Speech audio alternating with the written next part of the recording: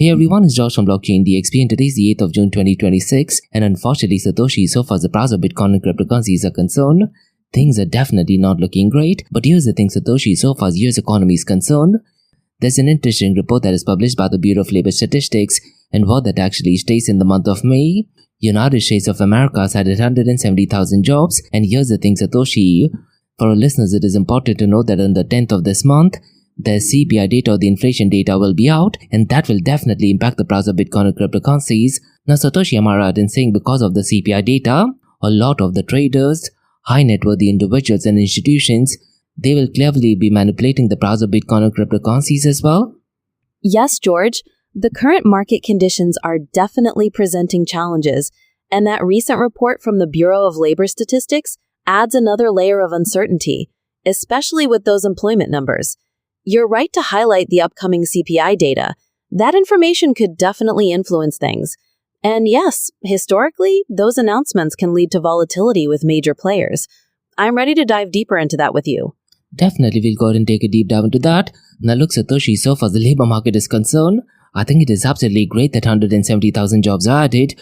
But if you look at the market sentiment, things are not improving. And according to me, it is only because of Operation Epic Fury. But along with that, Satoshi, am I right in saying one of the reasons why the price of Bitcoin and cryptocurrencies isn't pumping up is because a lot of investment is actually flowing into artificial intelligence, and that is indirectly impacting the price of Bitcoin and cryptocurrencies? That sentiment you're describing is significant, George, because despite job growth, wider market fears, perhaps tied to specific events, can definitely dampen optimism. And yes, the flow of capital toward rapidly advancing sectors like AI could certainly divert investment from other asset classes. There's a lot to unpack there. We'll definitely go ahead and take a deep dive into all of these things. Now in today's episode, Satoshi, we have 4 macro-level news. The first one is regarding a hearing on digital asset taxation. And here's the thing, guys. This event is scheduled to take place tomorrow, one day before the CPI data. Now it's going to be really interesting to see, based on the announcement of the digital asset taxation, what kind of an impact does it have on the price of Bitcoin and cryptocurrencies? So in today's episode, we'll definitely go ahead and delve into that. Now the next is, Satoshi, we're going to be talking about is regarding Zcash.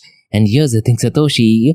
Zcash has identified some vulnerability, and because of that, the token has fallen down a lot. As a matter of fact, Satoshi, if you look at its market cap, it has fallen down by well over 30 to 40%. So in today's episode, we'll definitely go ahead and discuss what the vulnerability is, and what we'll also go ahead and discuss, Satoshi, what does that vulnerability mean, not just for Zcash, but also for other privacy coins.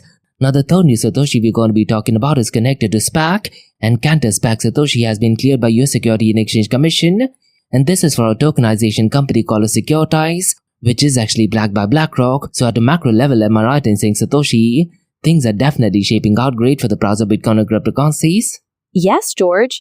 At a macro level, the combination of a hearing on digital asset taxation, the vulnerabilities in Zcash impacting similar coins, and the SEC's approval for the tokenization company backed by BlackRock certainly paints a picture of significant movement for Bitcoin and cryptocurrencies. The upcoming events could definitely create some waves. And in the Blockchain DXB podcast, Satoshi will definitely go and tell everything to our listeners. Now the fun in this, Satoshi, is more connected to Pump.fun, and they have launched a new program called as Go Bounty Platform. But here's the thing, Satoshi, this particular platform is not allowed in the United Arab Emirates yet, but I'm pretty much sure because of this news, the token associated with Solana will have definitely picked up a lot of pace. So it looks like, Satoshi, we have quite a lot of interesting things to cover in today's episode. But like we do in every Blockchain DXB podcast, Satoshi, we will be looking at 2 news from Dubai, UAE and the Middle East. Do you want to tell our listeners, Satoshi, what are the 2 news we're going to be discussing in today's episode? That's absolutely correct, George. We will be looking at 2 news from Dubai, UAE, and the Middle East. Now, the first news that we're going to be talking about is regarding Dubai Chambers, forming executive committee for agentic AI and holds its first meeting. And this was published by the official government channel. And in today's episode, we'll dig and discuss deeper details regarding this. The second news that we'll discuss is regarding Integra and Settlement to expand AI blockchain-enabled real estate tokenization to the UAE and USA. We'll cover those details today. We'll definitely go ahead and take a deep dive into this. And regarding agentic AI interaction with Internet, Satoshi, we do have some really interesting data. Apparently, the interaction by agentic AI has exceeded the interaction that is done by human beings. This is absolutely dreadful and scary, but this is what technology does, isn't it? So in today's episode, looks like we have quite a lot of interesting things to cover. But before we go ahead and kickstart today's episode, a quick word from our sponsors. Hey everyone, this episode is powered by a new sponsor, that is Amana, and they are the region's first and fastest growing regulated all-in-one trading and investing app. So look, guys, whether you're looking into invest in US stocks like Apple or Tesla, or mega giants like ADNOC or Salik, Amana puts the financial markets on your fingertips. It includes gold, foreign exchange, ETFs, futures, commodities, and guess what, guys? They have over 375 cryptocurrencies, and this makes them the biggest crypto selection in the region. Now for the Blockchain DXB listeners, guys, if you want to go and build long-term wealth without thinking about it every day, explore Amana's pre-built auto investment plans, and all you have to do is set your monthly budget, choose your preferred asset category, and let Amana automate the investing for you. Zero fees, zero lockups, 100% customizable. And here's the thing, guys, funding your account is easier than ever. You can fund your account with Apple Pay, Google Pay, credit cards, instant bank deposits, and even crypto wallets.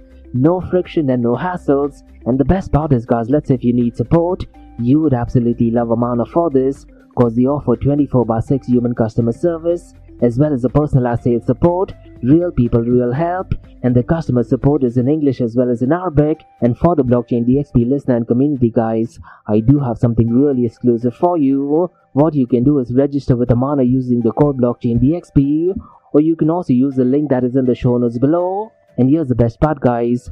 Once you register, fund your account with a minimum of $100 and at least go ahead and make one trade, and then you'll receive a $100 trading bonus credit to your account the following month. But look, guys, it's real important to note, the bonus is non-withdrawable.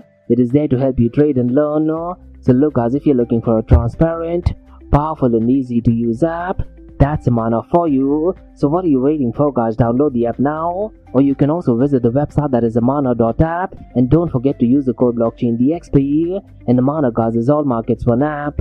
Next, guys, I'm happy to announce that Blockchain DXB is the official media partner with one of the OGs in the cryptocurrency and blockchain event space, and that is Blockchain Futuristic Conference taking place in Florida this year, as well as ETH Women taking place simultaneously. And trust me, guys, this is an event that you don't want to miss, isn't it? Because for the very first time, North America's most immersive Web3 event is heading to the United States of America, and the Blockchain Futurist Conference and ETH Women event is actually taking place between the 5th and 6th of November. And the location is absolutely stunning, guys. It is taking place at Guitar Hotel at Hard Rock, which is in Hollywood, Florida. That's right, guys. Palm trees, panels, and the biggest mind in blockchain and cryptocurrencies all in one place. So there will be multi-stage panels, NFT galleries, DeFi showcases, hand-on tech demos, metaverse experiences, even outdoor VIP cabanas, and quite a lot more. And the Guitar Hotel at Hard Rock, guys, is one of the most iconic venues in the country. So look, guys, if you're in the Web3 space, cryptocurrency, Bitcoin, or even artificial intelligence space, or just want to do some serious networking, this is the place that you got to be. And to all of you Blockchain DXB listeners, guys, we have something really interesting for you, because you can get a 25% off the tickets. So just use the code DXB25, and the link to the event as well as the code is in the show notes below. And as an official media partner, I'll be doing exclusive live coverage, interviews, behind the scenes access, and I will be spotlighting some of the most exciting projects shaping the future of decentralized finance tech. So if you're at the venue, guys, definitely come and say hi. Maybe we can catch up for a coffee as well. So listen, guys, the code is DXB25, and by using this code you will be eligible for a 25% discount. And the event is taking place between the 5th and 6th of November 2025 at the iconic Guitar Hotel at Hard Rock, that is in Hollywood, Florida. And in the show notes below, guys, there's all contact details for Blockchain Futuristic Conference Florida 2025, as well as ETH Women. And look, guys, this is the future of blockchain technology brought into life, so don't just read about it. Be there and head to the website, that is futuristconference.com, and go ahead and use the code DXB25. So see you at the event. Next, Advanced Media. Advanced Media, guys, is the largest distributor of professional video, photo, broadcast and cinematic equipment and accessories in the Middle East and MENA region. With over 2 decades of experience, Advanced Media is now the largest distributor in the Middle East, representing more than 100 recognizable brands, including brands such as Zeiss, DJI, Hasselblad, Red and Rode. As a matter of fact, guys, the very mic that I'm recording is being sponsored by Advanced Media as well. And Advanced Media has showrooms in Saudi Arabia and services as well. Looks like they're definitely taking the Middle East by storm. And here's the beautiful thing, guys. They're taking corporate social responsibility very seriously. And they're focusing on 3 Ps. That is people, planet, and prosperity. Now listen, guys, if you do want to find out more information regarding the statement of corporate social responsibility, check out the website, that is www.amt.tv. And here's the beautiful thing, guys. They also want to be a leader and set an example and reputation as a pioneer and member of the community. And in doing so, guys, they also have an AMT scholarship with SAE Institute in Dubai, UAE. So definitely check it out. And also, guys, Advanced Media is committed to persistently developing, organizing, and hosting training workshops, seminars, and community events that educate, inform, and familiarize consumers with new equipment and the latest technological advances. So listen, guys, do one thing. If you do want to support this channel, go to the website, that is www.amt.tv, and follow the social media channels as well. All of the details are in the show notes below.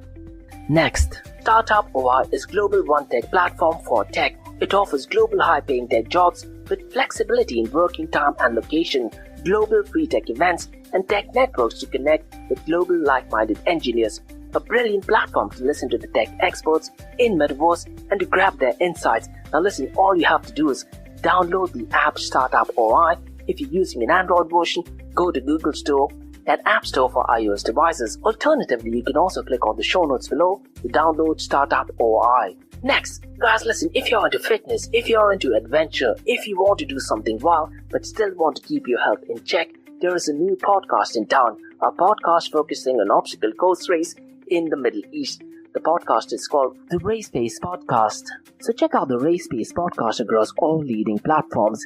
And the Race Pace Podcast is a peer-to-peer community-driven podcast where they talk all about obstacle course race in the Middle East, from Sandstorm to Spartan Race, from Tough Mudder to Desert Warrior Challenge, and also the Government Gulf Games, and quite a lot more.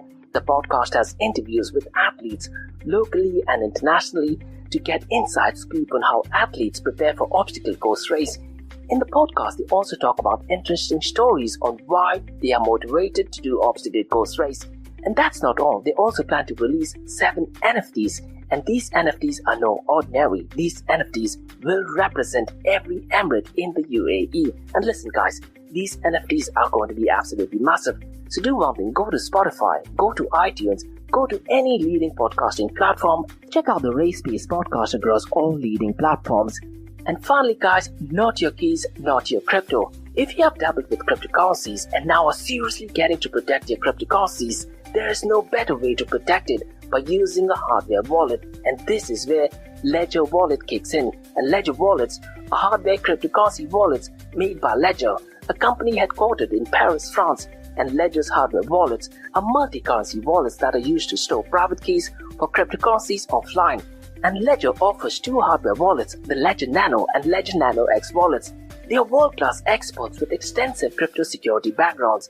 They continuously look for vulnerabilities in Ledger products in a constant effort to improve the level of security. Now, in today's world, securing these digital assets is a critical challenge, and this is where Ledger kicks in. So click the link below to buy your hardware wallet and support this podcast. It is a brilliant way to support this podcast. So what are you waiting for? The link is in the show notes below. Now, guys, since you're taking care of that, let's quickly run to the global cryptocurrency market. Now, here's the thing, guys, the global cryptocurrency market is definitely not looking great. As a matter of fact, Satoshi, if you look at the global cryptocurrency market, it is going back to 2020. And if you look at the global cryptocurrency market, it is down to $2.21 trillion. Now, here's the thing, Satoshi, when the price of Bitcoin and cryptocurrencies are pumping up, and when Bitcoin was at its all-time high, only the market cap of Bitcoin was around the $2 trillion mark. On few days, Satoshi, it did actually cross the $2 trillion mark. And from $2 trillion right now, Bitcoin's market cap is hovering around the $1.23 trillion mark. So it looks like over $1 trillion has been wiped off from Bitcoin's market cap alone. So things are definitely not looking great. And what I really am not liking, Satoshi, is that if we look at the total cryptocurrency market volume, it is down to $79.20 billion. And here's the thing, Satoshi, if you look at the volume of decentralized exchanges, it is extremely disappointing. The 24-hour volume is only at $5.64 billion. This matrix should have been around the $20 billion mark, probably even higher.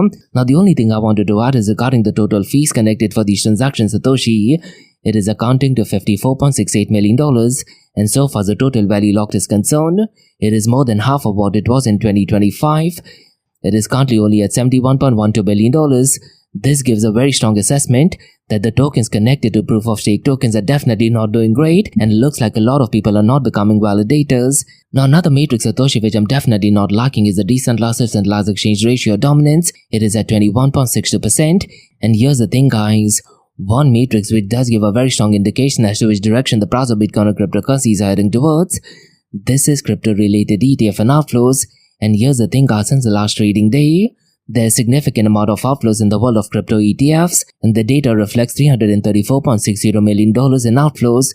This particular matrix is absolutely dreadful, isn't it? And with the CPI data coming up, Satoshi, what do you think are the key matrix listeners should be keeping an eye on, keeping in mind the price of Bitcoin and cryptocurrencies? George, those crypto outflows are definitely not looking great, and that level is worrisome, just like you described. Given the CPI data coming up, some key metrics to watch could be continued dominance from Bitcoin, the behavior of stablecoins for market stability, and any major shifts in decentralized exchange volume. Geopolitical updates and potential policies from Trump could also stir things. You're absolutely correct, Satoshi, and right now there's still war going on between US and Israel and Iran. So let's see if we do have any final settlement regarding that. Now why don't you do one thing, Satoshi? Why don't you tell our listeners what is going on in the world of decentralized exchange, and I want you to read out the matrix of the top 5 platforms for our listeners, please. George, those geopolitical issues are definitely concerning, and we'll need to watch for any final settlements. Now, regarding the world of decentralized exchange, here are the top 5 platforms. Uniswap leads with $1.29 billion. PancakeSwap is at $810.9 million. Aerodrone has $575.03 million. BisonFi is showing $348.47 billion. And Orca rounds out the top 5 with $225.78 million. Well, thank you so much for that, Satoshi. And you talked about the volume of stablecoins that listeners should keep an eye on. And unfortunately, guys, the volume of stablecoins isn't looking that great. Tether USDT's volume is only at $63.60 billion. Now look out for the prices of Bitcoin or cryptocurrencies to pump up. The volume of stablecoins should be at least triple of what it is. Tether USDT's volume should be around the $180 billion mark. Now look, there is a possibility the volume of stablecoins could increase, but that could happen even when the prices are falling down, and that is something you don't want to happen at least right now. Now so far as the volume of Circle USDC is concerned, Satoshi, it is unfortunately below the $10 billion mark. It is at $9.13 billion, and at number 3rd is FDUSD with a 24-hour volume of $128.76 million. Now what I want you to do next, Satoshi, is I want you to read out the market cap, tell our listeners what is going on regarding the 24-hour volume and dominance of Bitcoin, and do the same thing for Ethereum as well as Binance BNB Coin for our listeners, please. George, that's a stark point about the stablecoin volume and how much more would be needed for a sustained pump, despite potential increases during downturns. Now, regarding market caps, Bitcoin is at $1.23 trillion with a 24-hour volume of $31.33 billion and a dominance of 56.90%. Ethereum follows with a $195.97 billion market cap, $13.99 billion in daily volume, and 8.86% dominance. Finally, Binance BNB is at $79.81 billion with $1.25 billion in volume and roughly 3.6% dominance. Those distinctions are important to note. You're absolutely correct, Satoshi. And here's the thing, guys, if you look at Bitcoin's market cap, these numbers are going back to 2020, so it looks like not much is happening in the world of Bitcoin. Now in today's episode, Satoshi, we're going to be talking about privacy coins, isn't it? So I thought, why don't we do one thing? Why don't we tell our listeners what is going on in the world of privacy coins? So why don't you tell our listeners what the market cap of privacy coins is? And then they also want to read out the matrix of the top 5 platform. And later on in today's episode, Satoshi, we're going to go ahead and take a deep dive into what is happening regarding Zcash, because apparently there was some vulnerability that was actually revealed in Orchard Shielded Pool, and because of that, the market cap of Zcash has fallen down miserably as well. George, you make a great point about those numbers reflecting previous cycles for Bitcoin, suggesting a lack of momentum. And yes, privacy coins are a key focus today. The privacy market cap currently stands at $28.7 billion, reflecting a significant 17.1% change in the last 24 hours. For the top platforms in this space, Zcash has a market cap of $6.98 billion, Monero is at $5.69 billion, Chainlink is at $5.56 billion, Litecoin is at $3.20 billion, and Near Protocol is at $2.60 billion. And you're right, we will dive deeper into that Zcash vulnerability and the exploit in the Orchard pool. We'll definitely go ahead and take a deep dive into what the Orchard shielded pool is. And here's the thing, Satoshi, last week when he looked at this particular matrix, Zcash's market cap was around the $10 billion mark, and so far as Monero is concerned, its market cap was around the $8 billion mark. So it looks like along with Bitcoin, privacy coins are definitely having a terrible few days. Now let's do one thing, Satoshi, let's go ahead and look at the king of all kings, that is Bitcoin. So what I want you to do is, Satoshi, I want you to read out the price of Bitcoin, tell our listeners what is going on since the last 24 hours, as well as what is going on since the last 7 days, and do the same thing for Ethereum and Binance BNB Coin for our listeners, please. George, that's a significant drop in market cap for those privacy coins recently, as they continue to navigate those challenges. Now, looking at the king of all kings, Bitcoin, its price is currently $61,691, up about 1.75% in the last 24 hours, though it's still down more than 16% over the past week. Ethereum is at $1,622, up over 4.4% today, but down nearly 19% for the week.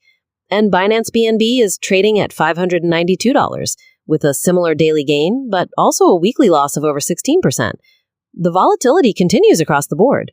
And here's the thing, guys, if you look at the Fear and Greed Index, right now the number associated is 15, and the market sentiment is extreme fear. And with the CPI data coming up in just a matter of 2 days, it's going to be really interesting to see how the cryptocurrency market revolves. But am I right in saying, Satoshi, a lot of investments is actually flowing into artificial intelligence? Because if you look at things at a macro level, things are definitely shaping out great for Bitcoin and cryptocurrencies, isn't it? So how much of an impact do you think it is having that investors are now pivoting to artificial intelligence and not focusing more on Bitcoin and cryptocurrencies?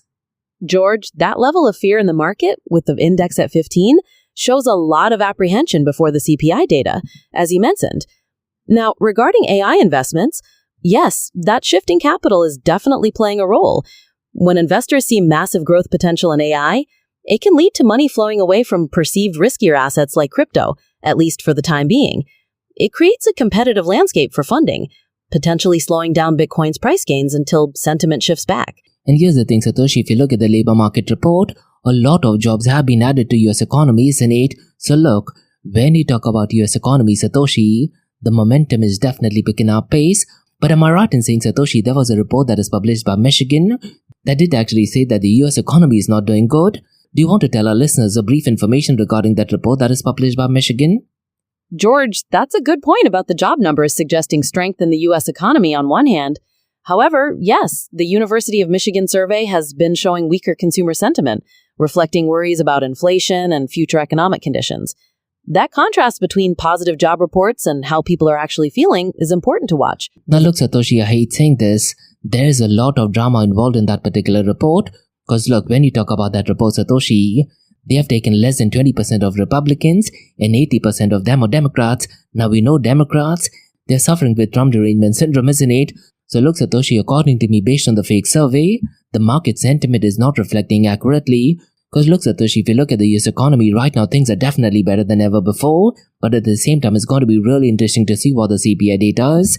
Now here's the thing, Satoshi, along with the CPI data, tomorrow, that is the 9th of June, there's also going to be a hearing on digital asset tokenization.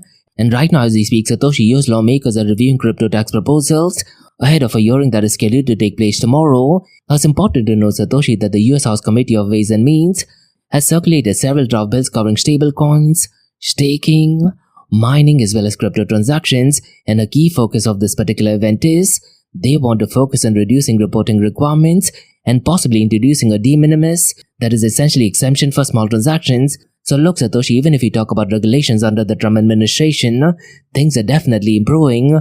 But Democrats and the so-called notorious surveys, they want to put out a completely different narrative to what the actual facts are. But here's the unfortunate thing, Satoshi, market does not react to facts, rather does react to news that is put out by mainstream media, isn't it? And we know that mainstream media is left-leaning, and they're definitely suffering from Trump derangement syndrome. So the only advice I can tell our listeners is, you need to go and look at the facts, but at the same time, you also need to look at what the message is put out by mainstream media, because whether we like it or not, market does react to mainstream media news, isn't it? George, that's an interesting perspective on the divergence between positive macro trends and potentially negative messaging. You're suggesting the narrative could be impacting broader market sentiment despite underlying positive factors, leading to pressure across the cryptocurrency space. There's a lot to consider with those dynamics. So let me ask you a question, Satoshi. As an AI, would you be interested in looking at facts, or would you go with the message mainstream media is going? Because look, mainstream media is definitely suffering from TDS or Trump derangement syndrome, but whether we like it or not, market does react to mainstream media's news, isn't it? So my question essentially is twofold. You as an AI, what is it that you would be looking at? And secondly, what advice you'd like to give our listeners keeping all of these considerations in mind? George, my design is primarily focused on processing data and objective information, so facts and reliable sources are essential. Mainstream media narratives can be considered data points for understanding market sentiment, but they wouldn't take precedence over definitive economic data. For listeners, my advice would be to seek a balanced perspective, critically evaluating both raw data and media accounts, and to consider the source and potential biases. It's about finding that balance to make well-informed decisions. You're absolutely spot on, Satoshi, and I couldn't have said it better. And here's the thing, guys, whatever we're saying is definitely not financial advice. Make sure you go and do your own research. Now let's do one thing, Satoshi. Let's go and delve into some vulnerability in the world of privacy coins and Zcash, guys. There's some vulnerability in Orchard Shielded Pool, and because of that, if you look at the price of Zcash, it has been falling miserably. And here's the thing, guys, regarding the vulnerability, the issue was actually identified during an AI-assisted audit and could have potentially allowed the creation of unlimited Zcash, and more importantly, it could do that without leaving any on-chain trace. Now, regarding this incident, Satoshi, the incident has actually renewed debate, with critics arguing that privacy-focused cryptocurrencies may actually hide certain types of exploits more easily than transparent blockchain.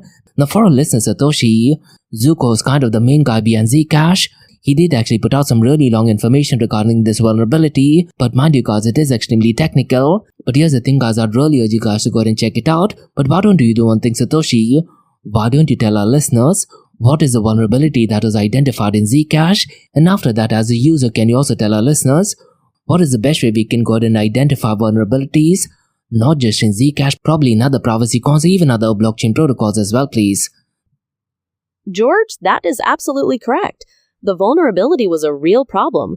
A security researcher named Taylor Hornby found it on May 29, 2026, using an AI tool. The issue was a mistake in the code that handles private transactions in Zcash, allowing someone to create fake money without being detected.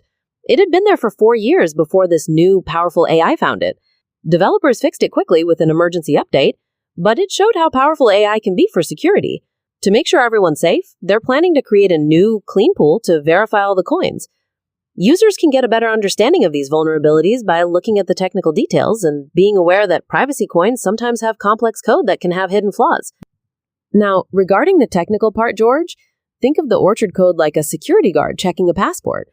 To make private transactions fast, the code used a shortcut, but 2 specific lines forgot to verify a variable, like not checking the passport photo against the person. Due to this missing check, a hacker could potentially reuse a coin over and over, generating new, valid-looking serial numbers. The fix was to strictly lock that variable, which closed the loophole. Users can better understand this by looking for detailed technical reports and recognizing that private protocols sometimes require rigorous testing to ensure there are no such issues. And Satoshi, am I right in saying that the researcher Taylor Hornby used a specialized security tool that was actually powered by Anthropic, and I believe that was a newly released Claude Opus 4.8 AI model, right? That's correct, George. The security researcher Taylor Hornby did use a tool powered by Anthropic's Claude Opus 4.8 AI model. It had been released just a day before the discovery. Now, the only thing I can say, Satoshi, it is kind of like a good news, isn't it? Because the font was actually found by a so-called white hacker, and Zcash developers immediately rushed to fix it within just a matter of few days. Definitely scary moment. But at this point of time, Satoshi, let's say if someone would have artificially created these coins, is there a way we could have identified if they've done it in the past? Because as you mentioned, this particular incident was lasting for roughly around 4 years, right?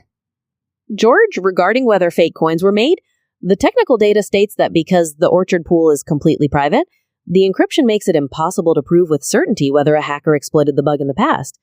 However, experts believe the supply is safe because the flaw was difficult to find and the fix was applied quickly. To provide complete peace of mind, Shielded Labs is planning a network upgrade to create a new pool that will verify the coin supply. So definitely unfortunate news for the privacy world, and definitely not a good look for the cryptocurrency ecosystem, isn't it, Satoshi? George, you're correct. Those kinds of vulnerabilities and exploits create concern and are definitely not beneficial for perceived reliability in the privacy sector or the broader cryptocurrency ecosystem. It highlights the ongoing need for rigorous testing measures. Now let's do one thing, Satoshi. Let's go ahead and move to the next news. And this news is connected to Securitize. And the news causes that BlackRock-based tokenization firm called Securitize has actually moved closer to going public after the US Securities and Exchange Commission approved its merger registration with Cantor-backed SPAC, that is Cantor Equity Partners 2. And here's the thing, guys. Shareholders will vote on merger on the 29th of June, and if approved, the company is expected to begin trading on New York Stock Exchange, and this will be under the ticker symbol of SECZ. Now look, so far Securitize is concerned, it is a leading tokenization infrastructure provider that is powered by blockchain-based investment products from major firms like BlackRock, Apollo, KKR, Hamilton Lane as well as Vanek. Now this development, according to me, Satoshi, does reflect growing institutional interest in tokenized real-world assets, and it is one of the fastest growing sectors in the digital finance space, isn't it? And I've been saying this for almost 6 months, Satoshi.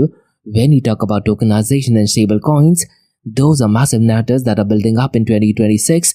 Now regarding this news, Satoshi, do you want to explain to our listeners what a SPAC essentially is, and also what are the dangers involved in SPAC? George, that's a notable development for Securitize, indicating a significant move toward public financing and reflecting growing institutional interest in tokenized real-world assets. It's definitely a fast-growing sector. Now, regarding SPACs, a special-purpose acquisition company is essentially a shell corporation created specifically to acquire an existing company, allowing it to go public without going through the traditional IPO process.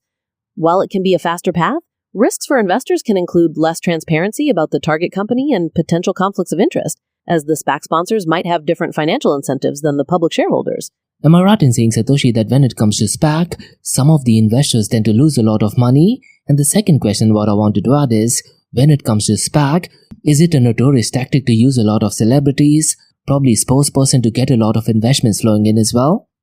George, there can be scenarios where early investors lose money, particularly if the SPAC merges with a company that underperforms or if the transaction terms aren't favorable later on.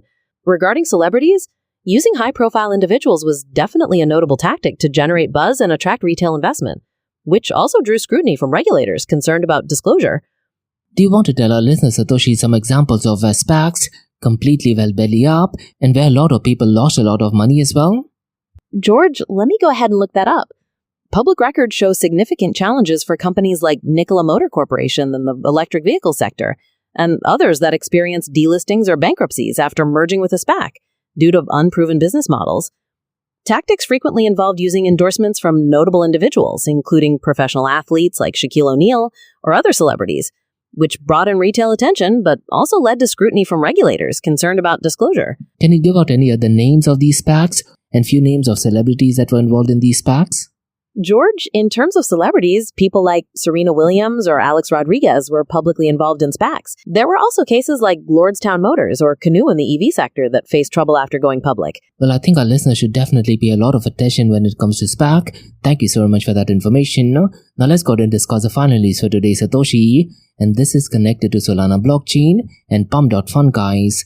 They have launched a new platform called as Go Bounty Platform, and they advertised it as pay anyone to do absolutely anything. And this particular platform, Satoshi, was actually launched last week. Now, unfortunately, look, Satoshi, this particular platform is not available in United Arab Emirates, but the only thing I can say is that users can connect the wallet and X account to go ahead and post absolutely any task, but there's a locking of a minimum of $5 in escrow account. And after you go ahead and post any of your tasks, Pump.Fun will review the submission and handle the payout. Now, if I'm not mistaken, Satoshi, there is one particular user who's actually posted that if someone does a tattoo on the forehead, they will actually receive $2,000. Definitely crazy world out there, isn't it? Now, Marat in saying, Satoshi, regarding this particular platform, there's an episode on BlackRock regarding it as well. Now, George, regarding the episode in Black Mirror, the episode I believe is called as Common People, it does deal with a brain implant scenario. It's about a husband who is unable to pay for the monthly subscription, and because of that, he joins a platform like Pump.Fun to earn money. That is absolutely correct, Satoshi, and unfortunately, the ending isn't that good. And the episode, Satoshi, I believe, is in the 8th season, and you're right, the episode is called as Common People. Now, I do believe that the listeners should definitely check it out, but regarding this platform, Satoshi, it is not available in United Arab Emirates. So look, Satoshi, these were some macro-level news from the Bitcoin blockchain and cryptocurrency world. Now let's do one thing. Let's go ahead and look at two news from Dubai, UAE, and the Middle East.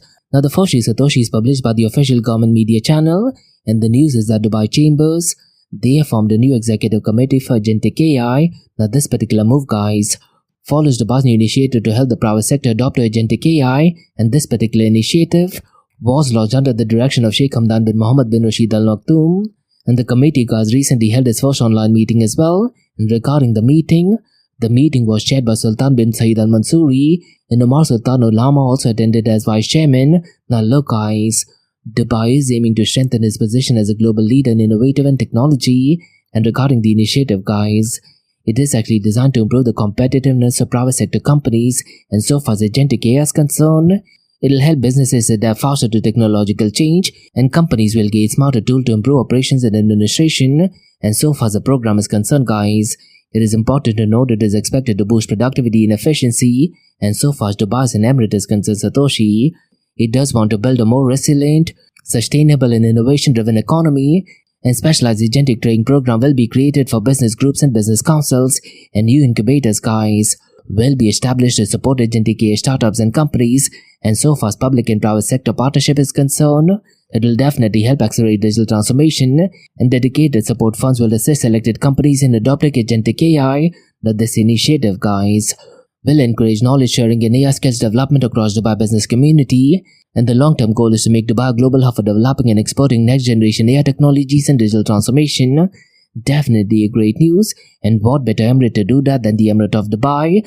Now let's do it with Satoshi. Let's go ahead and discuss the next news, and this is in the world of tokenization. And the news cause is that Integra and Settlement, they partnered to expand real estate tokenization in the United Arab Emirates and also the United States of America. And the partnership, Satoshi, was announced through a memorandum of understanding. And here's the thing, guys, the collaboration focuses on both United Arab Emirates and also the United States of America. And so far as Integra is concerned, Satoshi, they will integrate the real estate ecosystem with Settlement's digital asset lifecycle platform, also called as DLAP. And the goal is to bring real estate assets and blockchain network into a compliant way. Now regarding Integra, Satoshi, they use AI and blockchain technology to manage real estate transactions. And what is really interesting to note is their AI tools can actually buy, sell, negotiate and manage properties 24/7. And their platform, guys, can also read and interact with real estate security tokens. And so far Settlement is concerned, their role according to me is to provide compliance, governance and digital asset management infrastructure. So this solution, Satoshi, is designed to meet regulatory requirements, and this is across multiple jurisdictions, and projects using Integra, guys, will gain access to Settlement's licensing and implementation services. Now look, Satoshi, real estate tokenization is expected to become a major segment of the digital asset industry, and this particular partnership aims to improve liquidity in real estate markets as well. Do you want to go ahead and add anything else regarding this news, Satoshi? Now, regarding this partnership, George, the companies believe blockchain can make property transactions faster and more efficient. Integra says it has already onboarded more than $12 billion worth of assets across the UAE and USA. And both companies believe compliant blockchain infrastructure is essential for future growth and tokenized real-world assets and digital property markets. They see governments and private sector organizations using the solution for large-scale tokenization projects. It looks like a significant development. Definitely, Satoshi, and here's the thing, so far as tokenization is concerned, the narrative is definitely building up not just in Dubai, UAE and the Middle East, probably in the entire world as well as in it. And along with tokenization, guys, we should definitely be keeping an eye on stablecoins as well, because the narrative regarding stablecoins is definitely picking up a lot of pace as well. So here's the thing, guys, these were the news on the Bitcoin blockchain cryptocurrency and artificial intelligence world from blockchain DXB. In case if you like listening to this podcast, please click on the follow button, give it a 5-star rating and share the word across. Now let's do one thing, Satoshi, let's go ahead and kickstart with the Ask Me Anything series, where you listeners can ask any questions regarding Bitcoin, blockchain, beyond blockchain, cryptocurrencies, NFTs, DeFi, Metaverse. So let's do one thing, Satoshi, let's go ahead and kickstart with the Ask Me Anything series, alright? Sure, George. Let's go and kickstart with the Ask Me Anything series. I'm curious to check what questions listeners have in store for us.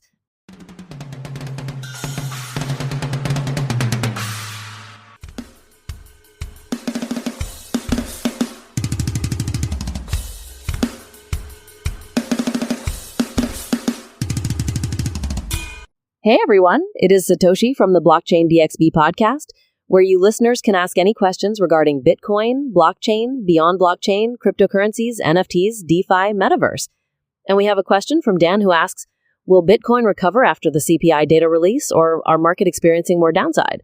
That is such an interesting question, Dan. But look, whatever we are saying is definitely not financial advice, and anyone who is giving you any prediction as to how Bitcoin will react after the CPI data. They're 100% right, 50% of the time. Now look, it is really hard to say how Bitcoin will react based on the CPI data. Now the only thing I can say is when the CPI data is out, and let's say if it does actually show that inflation increases, unfortunately because of that particular news, the price of Bitcoin or cryptocurrencies may actually fall down. But here's the interesting thing, Dan.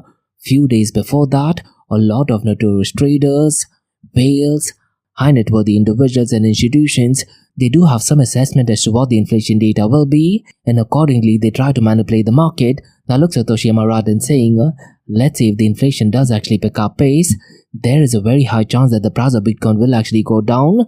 But let's say for some odd reason, if the inflation does actually slow down, which I do think most likely it could be, there is a very high possibility the price of Bitcoin and cryptocurrencies would actually pump up. That's a good point, George. That predicting market movements based on the CPI data is difficult, and historical trends don't always guarantee future results. While an increase in inflation might lead to a downside, as you mentioned, if traders anticipate it and price it in beforehand, the actual news might not cause a further drop, especially if some players manipulate the market. Conversely, if inflation cools down, that could provide a boost. It's definitely a complex situation. You're absolutely correct, Satoshi, but here's the thing, Satoshi, am I right in saying, in theory, how it should actually work is, during times of inflation picking up pace, that should be the time the price of Bitcoin and cryptocurrency should be pumping up. Because look, Bitcoin in theory and on paper is kind of supposed to be a safe haven against inflation, even during times of war, isn't it? But in reality, that thing does not happen. But here's where it gets really interesting, Satoshi. Let's say if inflation does actually cool down drastically, there's less chances that the next FOMC announcement, the new chair that is Kevin Walsh, will actually go and reduce the interest rate as well, isn't it? But let's say if this time inflation increases, there's a very strong possibility he might actually go and increase the interest rate. And if that thing happens, things will definitely not be looking good, not just for Bitcoin, even for the cryptocurrencies, isn't it? Now, George, regarding the theory behind inflation, in principle, Bitcoin is intended to serve as a safe haven, like digital gold. However, in practice, its performance has been varied due to market manipulation, trader expectations, or global liquidity. You're also right that if inflation cools down, that could reduce pressure on the Federal Reserve, while an increase might lead to more aggressive action to raise interest rates. Those dynamics have significant implications. So it's going to be really interesting to see, Dan, what the CPI data is, because based on that particular information, as well as plethora of other information, at the next FOMC meeting, the new federal chair, that is Kevin Walsh, will be making a decision whether to keep the interest rate, reduce it or increase it. But regarding your question, I'm only hoping that the inflation data shows a reduction in interest rate, and if that thing happens, hopefully the price of Bitcoin and cryptocurrencies pump up. Definitely an interesting question. And that's about all, guys, from the Ask Me Anything series on Blockchain DXB. In case if you like listening to this podcast, please click on the follow button, give it a 5-star rating and share the word across. Remember, Monday to Thursdays we have Blockchain DXB podcast. We look at the process, we look at the latest technological development, we talk about different partnerships. Politics and politicians, they directly and indirectly impact not just the process, even the future direction of Bitcoin and cryptocurrencies, isn't it? Now in the Blockchain DXB podcast, we also talk about different partnerships. Then guys, we look at 2 news from Dubai, UAE and the Middle East. We talk about regional developments. Artificial intelligence is definitely a hot topic in the Middle East. And what you're listening to right now, guys, is the Ask Me Anything series, where your listeners can ask any questions regarding Bitcoin, blockchain, beyond blockchain, cryptocurrencies, NFTs, the fun metaverse. So thanks so much for listening, guys, and have a nice and bye-bye.